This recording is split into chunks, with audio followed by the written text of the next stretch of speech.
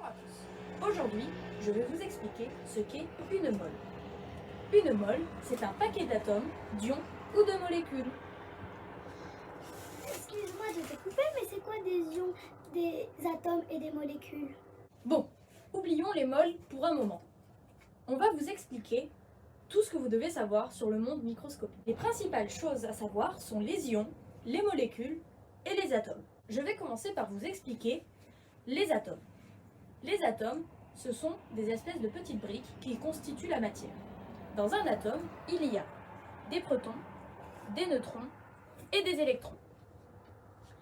L'atome est électriquement neutre, c'est-à-dire qu'il y a le même nombre d'électrons et de protons.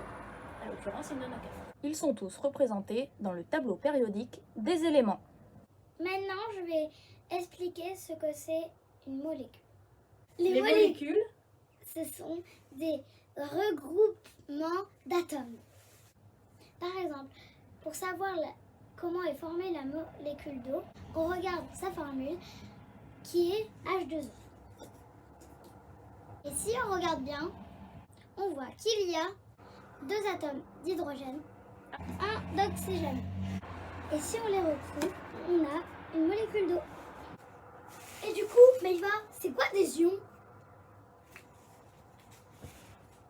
alors un ion, c'est un atome qui a perdu ou alors gagné un ou plusieurs électrons.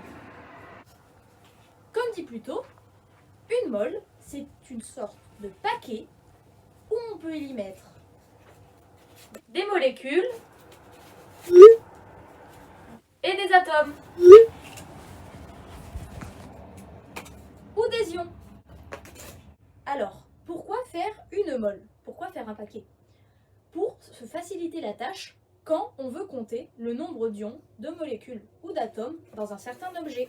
Dans une mole, il y a 6,02 fois 10 exposant 23 quantités de matière. Et dis-moi, c'est qui a inventé les moles? C'est Avogadro, un chimiste italien. C'est lui qui a défini le nombre de matières dans une mole. Comment on sait le nombre de moles dans un objet?